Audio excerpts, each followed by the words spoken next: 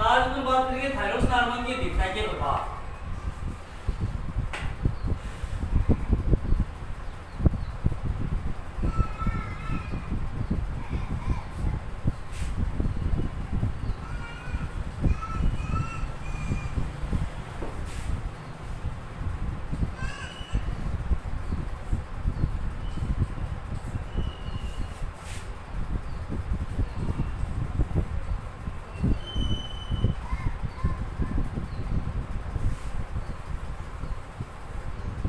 Thyroxine hormone की मात्रा जब रुधिर में ज्यादा हो जाती है या आवश्यकता से ज्यादा हो जाएगी तो इस पर क्या प्रभाव पड़ेगा।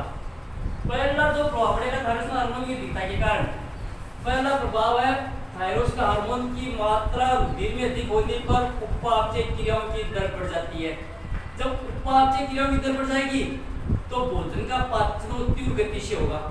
भोजन का पाचन तीव्र गति से होगा तो अपने को भोजन जल्दी जल्दी लेना पड़ेगा।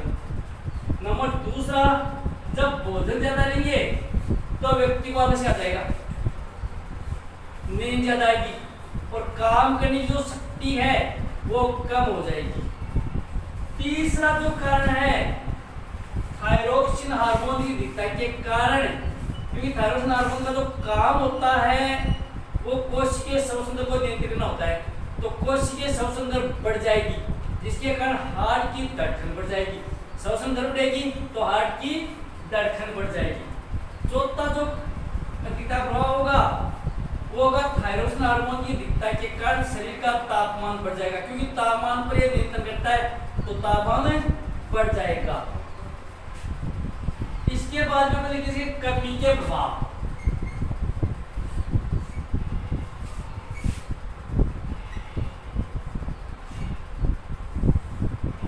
थायरोक्सिन हार्मोन की कमी हो जाती है रुधिर में तो क्या प्रभाव पड़ता है। पहला जो प्रभाव होगा वो होगा थायरोक्सिन हार्मोन की कमी के कारण उपापचय क्रियाओं की दर वो मंद पड़ जाएगी, क्योंकि उपापचय क्रियाओं पर नियंत्रण करता है तो उपापचय क्रियाओं की दर क्या होगी, मंद पड़ जाएगी। जब उपापचय क्रियाओं की दर मंद पड़ जाएगी तो फिर भोजन का पाचन वो मंद गति से होगा।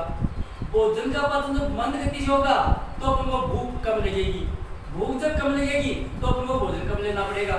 जब भोजन कम लेंगे तो व्यक्ति की काम करने की शक्ति क्या हो जाएगी, कम हो जाएगी, व्यक्ति को नींद आएगी, व्यक्ति का आलस्य आ जाएगा, व्यक्ति के जो बाल हैं वो झड़ने लग जाएंगे। इसके बाद में एक होता है रोग। जब थायरोक्सिन हार्मोन की मात्रा कम हो जाती है तो क्या होता है, व्यक्ति में रोग होता है, व्यक्ति का गला है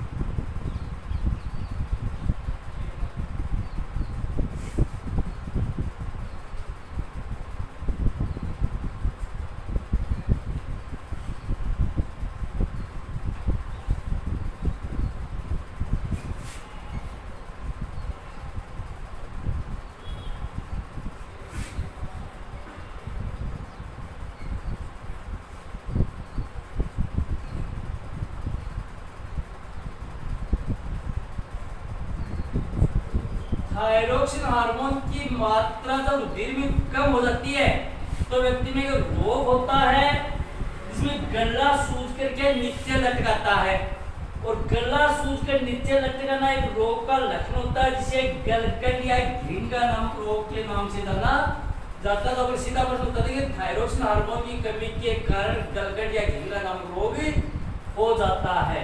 यहीं पर दूसरी प्रकार का प्रश्न आता है कि आयोडीन की कमी के कारण कौन सा रोग होता है। तो चूंकि पहले बताया था कि भी आपका थायरोक्सिन हार्मोन के निर्माण में आयोडीन तत्व सहायक होता है, बनाने में आयोडीन तत्व भूमिका निभाता है। तो जब थायरोक्सिन हार्मोन की कमी होगी तो आयोडीन की कमी हो जाएगी। तो बात एक ही है, थायरोक्सिन हार्मोन की कमी के कारण भी गलगंड रोग होता है और आयोडीन की कमी के कारण भी गलगंड नामक रोग ही होता है।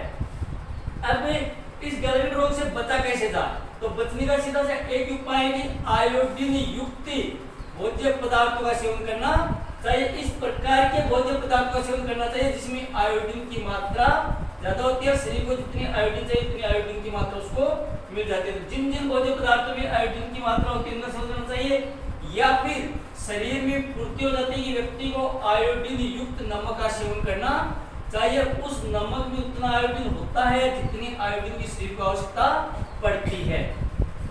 इसके बाद में यहाँ पर एक प्रश्न आता है आपका कि जो लोग मैदानी क्षेत्र में समुद्र के किनारे जो लोग निवास करते हैं उनमें गलगंड नामक रोग कम होता है बजाय किसके, जो लोग पर्वतीय क्षेत्र में निवास करते हैं। यानी पर्वतीय क्षेत्र में निवास करने वाले लोगों में गलगंड या घेंगा नामक रोग अधिक होता है, जबकि मैदानी क्षेत्र में निवास करने वाले लोगों में गलगंड या घेंगा नामक रोग कम होता है। क्यों? इसका जवाब अपन ये लगाएंगे कि पर्वतीय क्षेत्रों में जो खाद्य सामग्री, पर्वतीय क्षेत्रों की जमीन में जो आयोडीन पाई जाती है या वहां पर जो खाद्य पदार्थ पैदा होते हैं वो आयोडीन है बरसात का जो पानी आता है तो पानी के साथ धुल करके या बह करके नीचे आ जाती है, इसलिए वहां की भूमि में आयोडीन की मात्रा कम हो जाती है और वहां पर जो खाद्य पदार्थ पैदा होंगे उनमें आयोडीन की मात्रा कम होगी। तो उन खाद्य पदार्थों का जो लोग सेवन करेंगे उसमें गलगंड या घेंगा नामक रोग ज्यादा होगा, जबकि मैदानी भाग में एक तो पहले से आयोडीन आ रहे ऊपर से बहकर आयोडीन और आ गई तो वहां की भूमि में पर्याप्त मात्रा में आयोडीन पाई जाती है, तो वहां पर जो भी खाद्य पदार्थ पैदा होंगे उसमें पर्याप्त मात्रा में आयोडीन होगी और उन खाद्य पदार्थ का जो लोग सेवन करेंगे उसमें आयोडीन की कमी नहीं होगी। आयोडीन की कमी नहीं होगी इसका मतलब उसमें गलगंड या घेंगा नामक रोग नहीं होगा। यह आपकी थायराइड ग्रंथि पूरी हो गई है। दूसरी ग्रंथि आपकी अग्नाशय ग्रंथि।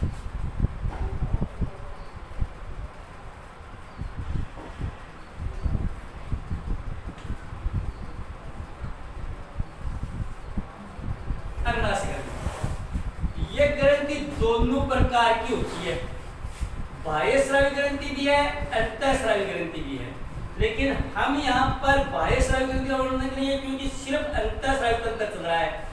तो अपन बताएंगे कि अग्नाशय जो ग्रंथि होती है वो एक पाचक ग्रंथि होती है। कौन सी ग्रंथि? पाचक। ये पाचक ग्रंथि होती है।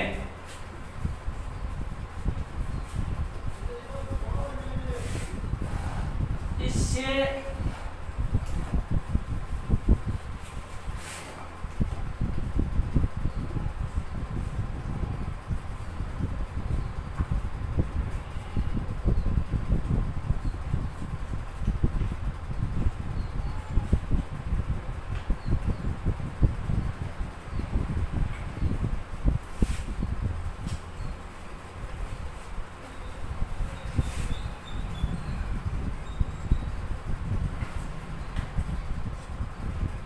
ये तो बाह्यस्रावी ग्रंथि का काम होता है कि ये पाचक ग्रंथि होती है, इससे पाचक रस निकलता है और ये पाचक रस वो भोजन पचाने के काम में आता है।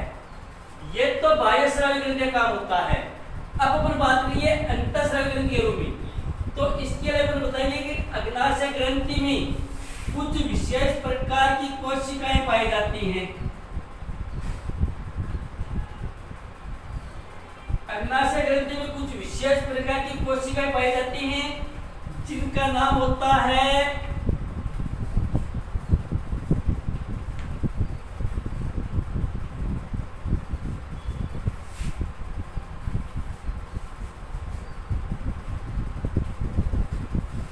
जो विशेष प्रकार की कोशिकाएं पाई जाती उन विशेष प्रकार की कोशिकाओं को लैंगरहैंस द्वीप कहते हैं। चित्र बना करके अगर अपन देखेंगे अपन तो ये कहां पर पाई जाती है? लैंगरहैंस द्वीप।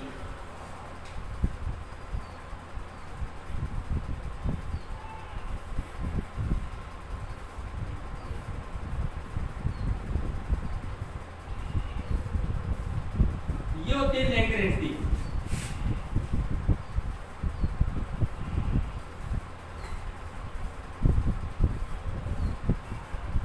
ठीक है, तो ये अग्नाशय ग्रंथि में कुछ विशेष प्रकार की कोशिकाएं पाई जाती हैं जिनको लैंगरहैंस द्वीप कहते हैं। इन लैंगरहैंस द्वीप से अगर अपन ज्यादा देखेंगे, लेकिन यहाँ पर जितना बने नहीं, तो इन लैंगरहैंस द्वीप में दो प्रकार की कोशिकाएं पाई जाती है। एक का नाम होता है अल्फा कोशिका, एक का नाम होता है बीटा कोशिका। दोनों से अलग अलग हार्मोन निकलते हैं, अल्फा से अलग हार्मोन निकलता है, बीटा से अलग हार्मोन निकलता है। लेकिन यहाँ का स्तर जितना अपन उतना देखेंगे यहाँ पर कि लैंगरहैंस द्वीप से एक विशेष प्रकार का हार्मोन स्रावित होता है जिसका नाम होता है इंसुलिन। हार्मोन। यह हार्मोन निकलता है, लैंगरहैंस कोशिकाओं से एक विशेष प्रकार का हार्मोन निकलता है जिनको इंसुलिन हार्मोन कहा जाता है। ठीक है, ये इंसुलिन जो हार्मोन होता है वो रुधिर में क्या करता है, ग्लूकोज की मात्रा पर नियंत्रण करता है। ये इसका मुख्य काम होता है। तो इंसुलिन हार्मोन का मुख्य कार्य होता है रुधिर में ग्लूकोज की मात्रा पर नियंत्रण करना। इसका मतलब यह हुआ कि अगर इंसुलिन हार्मोन की मात्रा बराबर रहेगी तो ग्लूकोज की मात्रा भी रुधिर में क्या रहेगी, समान मात्रा में बनी रहेगी, क्योंकि नियंत्रण करता है इंसुलिन हार्मोन ग्लूकोज पर।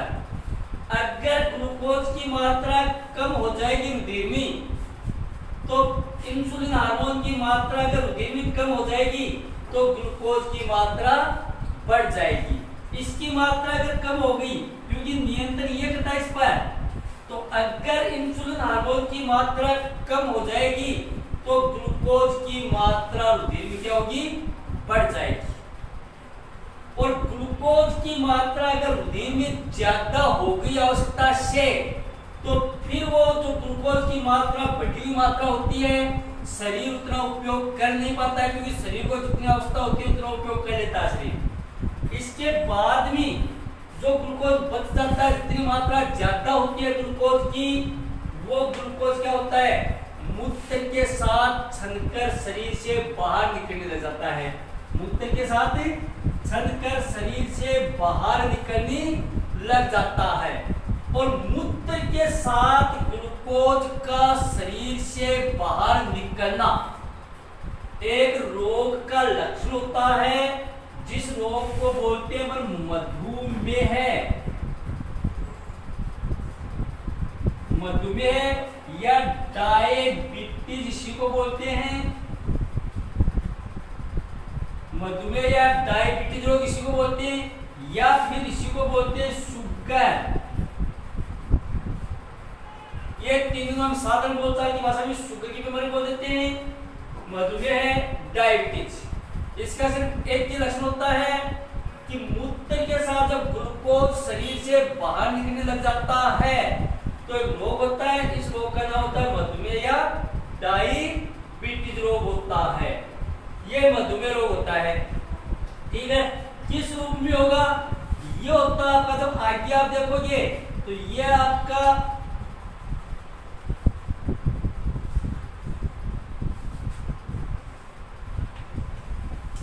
नेफ्रॉन होता है आपका। ये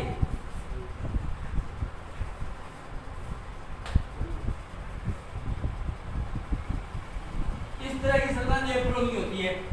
यहां से शरीर का जो भी अपशिष्ट पदार्थ, सारे के सारे अपशिष्ट, यहाँ पर दो धमनियां होती है, एक का नाम होता है अभिवाही धमनी, एक का नाम होता है अपवाही धमनी। अभिवाही धमनी का मतलब होता है रुधिर को लाने वाली, अपवाही धमनी का मतलब होता है रुधिर को लाने वाली।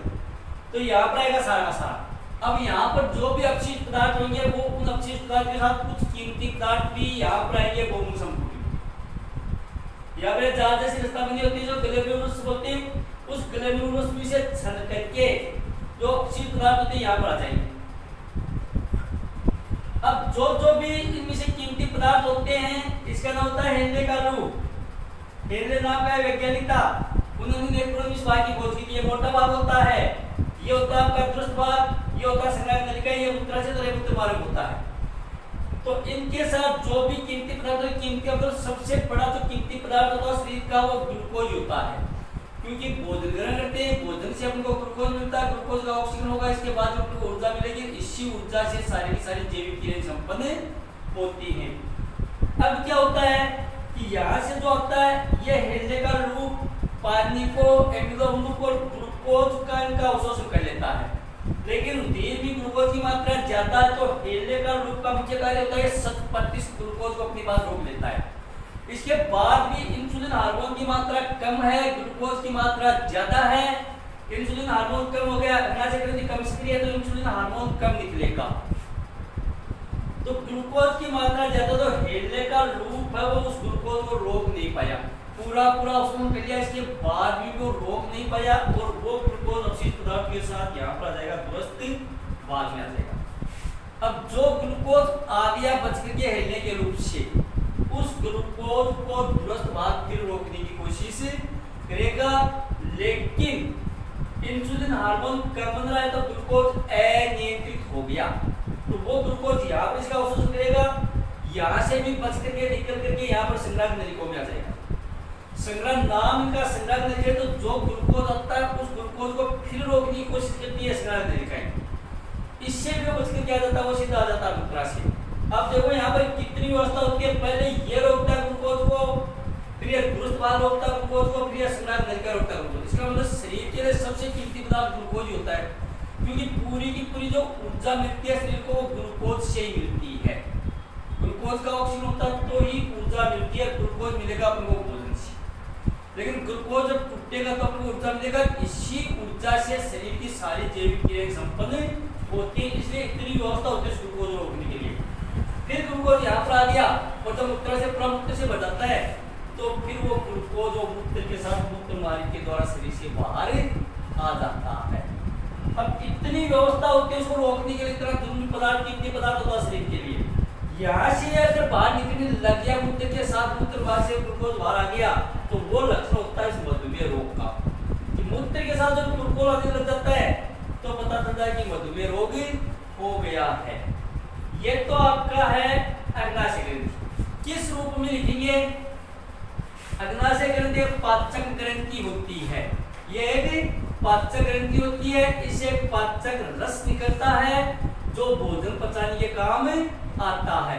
अग्नाशय ग्रंथि में कुछ विशेष प्रकार की कोशिकाएं पाई जाती हैं जिनको लैंगरहैंस द्वीप कहते हैं। इन लैंगरहैंस द्वीप से विशेष प्रकार का हार्मोन स्रावित होता है जिसे इंसुलिन हार्मोन कहते हैं। इंसुलिन हार्मोन है वो रुधिर में ग्लूकोज की मात्रा पर नियंत्रण करता है। अगर रुधिर में इंसुलिन हार्मोन की मात्रा कम हो जाती है तो रुधिर में ग्लूकोज की मात्रा बढ़ जाती है और वो ग्लूकोज, बढ़ा हुआ जो ग्लूकोज होता है वो ग्लूकोज मूत्र के साथ छनकर शरीर से बाहर निकलने लग जाता है। मूत्र के साथ ग्लूकोज का छनकर के बाहर आना एक रोग का लक्षण होता है जिसे मधुमेह या डायबिटीज नामक रोग से जाना जाता है। अगला जो पॉइंट होगा मधुमेह रोग के कारण।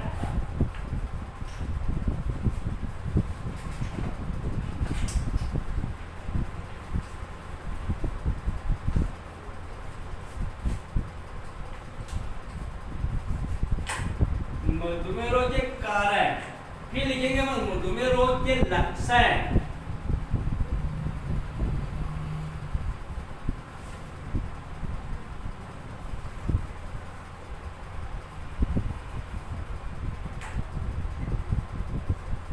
क्या लक्षण होते हैं इसके, फिर मधुमेह रोग के रोकने के उपाय।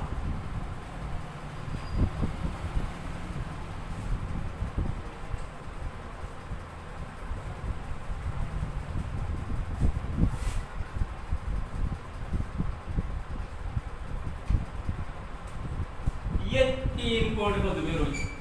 मधुमेह रोग के कारण होता कैसे ये, मधुमेह रोग के लक्षण जब हो जाता रोग तो क्या क्या लक्षण दिखाई देते हैं इसके, और फिर मधुमेह रोग के रोकथाम के उपाय। पहले कारण लिखिए अपन। पहला कारण होता है ये रोग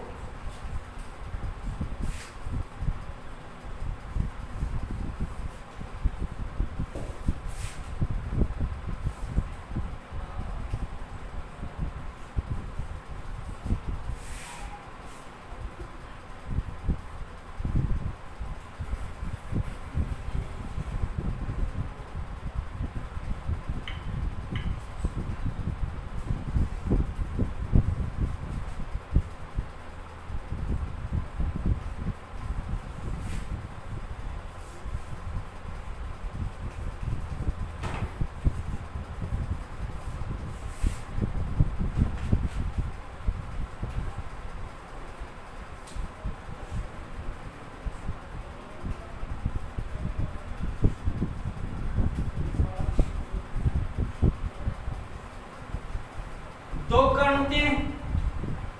ये रोग रुधिर में इंसुलिन हार्मोन की कमी के कारण होता है। जब रुधिर में इंसुलिन हार्मोन की कमी हो जाती है तो मधुमेह रोग होता है।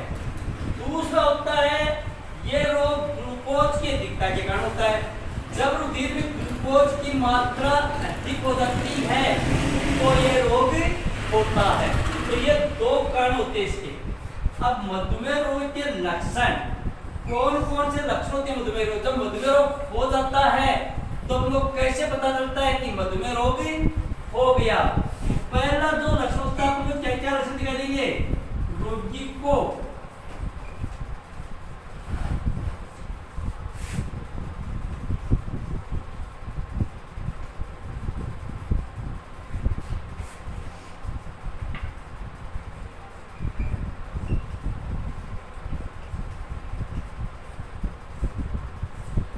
पहला लक्षण ये होता है रोगी को बार बार भूख लगेगी।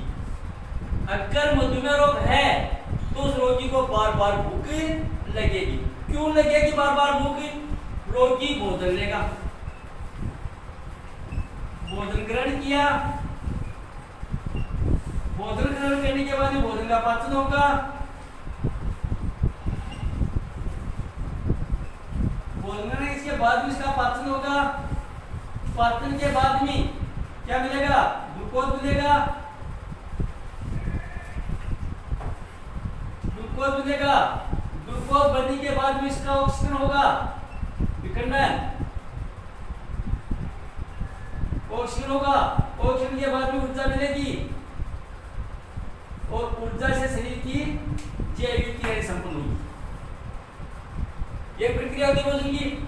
जो भोजन ग्रहण करते हैं उस भोजन का पाचन होगा, पाचन के बाद में ग्लूकोज बनेगा, ग्लूकोज का ऑक्सीजन होगा, ऑक्सीजन के बाद में ऊर्जा मिलेगी और ऊर्जा से फिर जैविक क्रिया संपन्न होगी। इतनी प्रक्रिया होती है। तो यहाँ से अपन ये भोजन ग्रहण किया,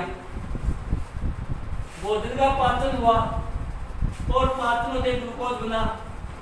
यहाँ तो प्रक्रिया ठीक थी, ग्लूकोज बन गया। ये ग्लूकोज बनते ही ये मूत्र के साथ छन करके शरीर से बाहर आ गया,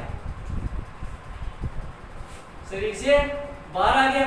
इसका मतलब ये आगे वाली प्रक्रिया नहीं, उसका ऑक्सीजन हुआ, ऑक्सीजन तो ऊर्जा मिलेगी, ऊर्जा मिलेगी, जैविक क्रिया संबंध होगी। ग्लूकोज बन गया, ग्लूकोज सीधा मूत्र के साथ शरीर से बाहर आ गया। शरीर को ऊर्जा नहीं मिली, शरीर को ऊर्जा प्राप्त करने के लिए फिर से भोजन लेना पड़ेगा।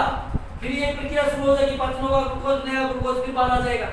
इसका मतलब शरीर को ऊर्जा मिलेगी नहीं, ऊर्जा नहीं मिलेगी, बार बार शरीर को ऊर्जा की आवश्यकता होगी, बार बार ऊर्जा की आवश्यकता होगी तो अपन को बार बार भोजन लेना पड़ेगा। और वो भोजन ये प्रक्रिया जारी रही, लिया, ग्लूकोज बना, ग्लूकोज मूत्र के साथ बाहर आ गया, ऊर्जा मिली नहीं, जैविक क्रिया संपन्न हुई नहीं, फिर से शरीर को ऊर्जा की आवश्यकता पड़ी, फिर अपन को भोजन लेना पड़ेगा, फिर यह प्रक्रिया शुरू हो गई। इसका मतलब उस व्यक्ति को बार बार ऊर्जा प्राप्त करने के लिए, अपनी जैविक क्रियाओं को संपन्न करने के लिए बार बार भोजन लेना पड़ेगा। जो थोड़ी बहुत ऊर्जा मिलेगी उससे अपना काम चलेगा, बाकी का ग्लूकोज है वो मूत्र के साथ छन करके शरीर से बाहर आ जाएगा। दूसरा जो लक्षण होता है,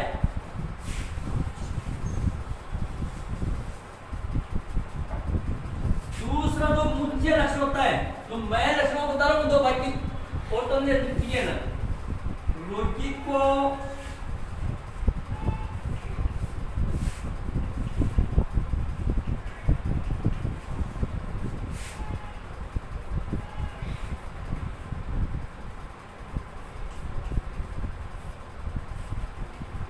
यह दूसरा लक्षण, रोगी को बार बार प्यास लगती है। जो मधुमेह का रोगी होगा उसको बार बार पानी पीना पड़ेगा। क्यों पीना पड़ेगा? पानी पिया, पानी पीते ही पानी मूत्र में मिलेगा, ग्लूकोज है शरीर में, मूत्र में मिलेगा, उसको बार बार मूत्र त्यागना पड़ेगा, फिर शरीर में पानी की कमी हो जाएगी, फिर उसको पानी देना पड़ेगा, फिर उसको मूत्र देना पड़ेगा। इस तरह से बार बार पानी लेगा, बार बार मूत्र का त्याग करता रहेगा। पर थोड़ा बहुत भी अगर ग्लूकोज बनेगा तो वो शरीर से बाहर आएगा, बाहर आएगा तो उसको बार बार मूत्र देना पड़ेगा। तो बार बार मूत्र का त्याग करना पड़ेगा, तो शरीर को बार बार पानी की कमी महसूस होगी, तो पानी उसको बार बार लेना पड़ेगा। जितना ज्यादा पानी पिएगा उतनी बार उसको ज्यादा बार मूत्र त्यागना पड़ेगा, और जितनी ज्यादा बार वो मूत्र का त्याग करेगा उतना ही ग्लूकोज शरीर से बाहर, क्योंकि जितनी बार वो मूत्र का त्याग करेगा उतनी बार थोड़ा थोड़ा बहुत ग्लूकोज शरीर से बाहर आएगा। तो पानी अगर नहीं पीता है तो शरीर में पानी की कमी हो जाती है। पानी अगर पीता है तो उसको मूत्र का त्याग करना पड़ता है। मूत्र का त्याग करेगा तो मूत्र के साथ ग्लूकोज आएगा। तो अगर थोड़ा बहुत ग्लूकोज बचता है ऊर्जा के लिए तो वो ग्लूकोज मूत्र के साथ बाहर आ जाएगा। जितना ज्यादा ग्लूकोज मूत्र के साथ बाहर आएगा शरीर की ऊर्जा की उतनी ज्यादा कमी होगी। तो इस तरह से फंसा रहता है बीच में। खाना नहीं खाता तो भी मरता है, खाना खा लिया तो भी मर लिया। क्यों? खाना खा लिया तो ग्लूकोज मिलेगा, ग्लूकोज बाहर आएगा, कोई काम नहीं है। पानी अगर नहीं पिएगा तो शरीर में पानी की कमी हो जाएगी। पिएगा तो उसको बार बार मूत्र त्याग करना पड़ेगा। जितना ज्यादा मूत्र का त्याग करेगा उतना ग्लूकोज शरीर से बाहर आएगा। तो ये दो तो इस रोगी के मुख्य लक्षण होते हैं। तीसरा जो लक्षण होता है वो होता है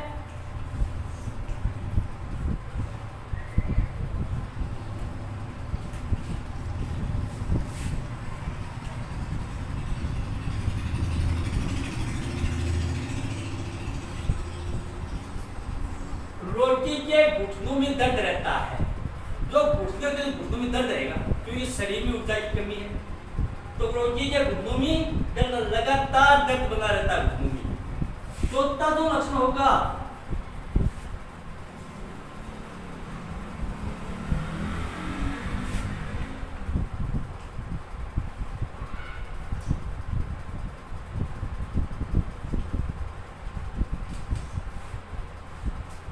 रोगी के सिर में दर्द रहता है। लगातार सिर में दर्द रहता है, थोड़ा थोड़ा सिर में लगातार दर्द रहेगा। जो पांचवा लक्षण होता है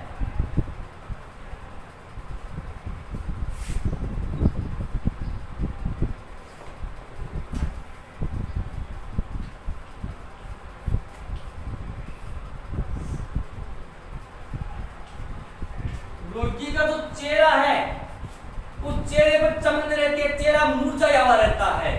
चेहरे पर जो लालिमा होती है, जो चमक होती है वो चमक नहीं रहेगी। उसका चेहरा वो मुरझाया हुआ रहेगा, दिन भर उदास सा दिखाई देगा, चेहरा मुरझाया रहेगा। क्यों रहेगा? क्योंकि शरीर में ऊर्जा की कमी है। ऊर्जा की कमी है तो चेहरे की जो लालिमा होती है वो खत्म हो जाती है, चेहरा मुरझाया हुआ दिखाई देता है।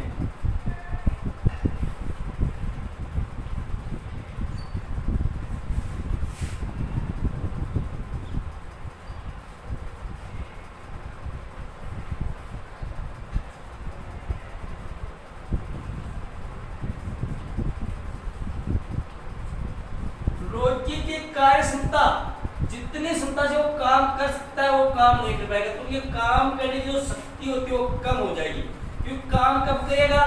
जब शरीर को पर्याप्त मात्रा में ऊर्जा मिलेगी तब वो काम कर पाएगा। तो ऊर्जा मिल नहीं रही है इसको, इसका मतलब काम करने की शक्ति वो क्या जाएगी? कम हो जाएगी।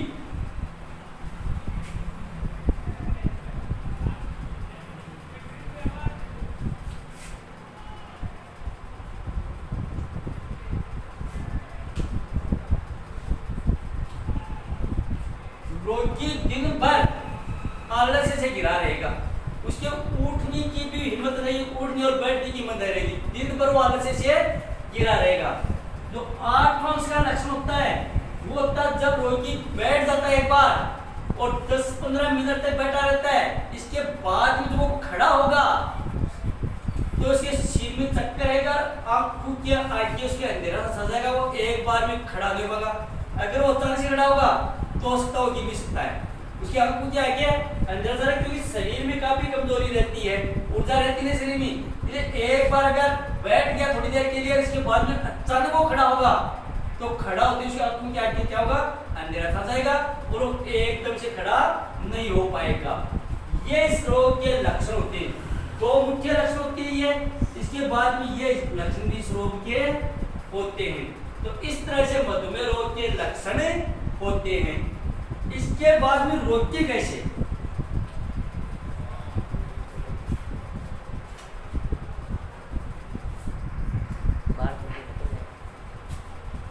उसको रोकेंगे कैसे? मधुमेह रोग रोकने का जो मेन उपाय होता है वो पहला उपाय होता है रोगी को कार्बोहाइड्रेट युक्त भोज्य पदार्थों का सेवन नहीं करना चाहिए।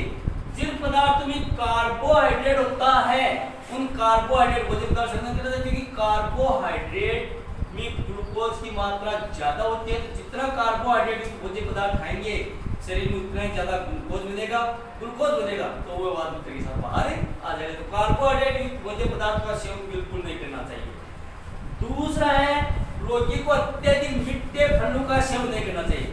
जो फल मीठे होते हैं, क्योंकि मिठास में ग्लूकोज होता है और ग्लूकोज होगा तो वही बात शरीर में ग्लूकोज जाएगा और वो ग्लूकोज वापस आ जाएगा।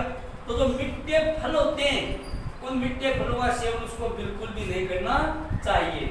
तीसरा होता है, रोगी को चटपटे भोज्य पदार्थ का सेवन नहीं करना चाहिए। तो चटपटे भोज्य पदार्थ होते हैं, फास्ट फूड होते हैं, उन चटपटे भोज्य पदार्थ का सेवन उसको बिल्कुल नहीं करना चाहिए।